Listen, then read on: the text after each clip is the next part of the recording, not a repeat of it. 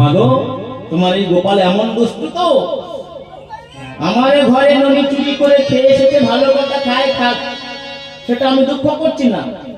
আর কি করে জানো মা? বলে কি করে, বলে যত দধি ননির ভাণ্ড ছিল সব ভাণ্ড খেয়ে আবার ছড়িয়ে ছিটিয়ে আবার সেই ভাণ্ডগুলো সব ভেঙে ফেলে দিয়ে আসে। এর থেকে কি বোঝাচ্ছে মা? গোপালে কেন খালি ভাণ্ডগুলো ভেঙে দিচ্ছে বলুন তো? শাস্ত্রে পদকর্তা বললেন এটা হলো আমাদের একটা দেহ ভাণ্ড। এই ভাণ্ডেতে যদি অসার বস্তু থাকে, সার বস্তু যদি না থাকে, ননি যদি দধি ননি মাখন ক্ষীর ছানা এগুলো যদি না থাকে, খালি ভাণ্ডটা থেকে অসার বস্তু থেকে কি লাভ?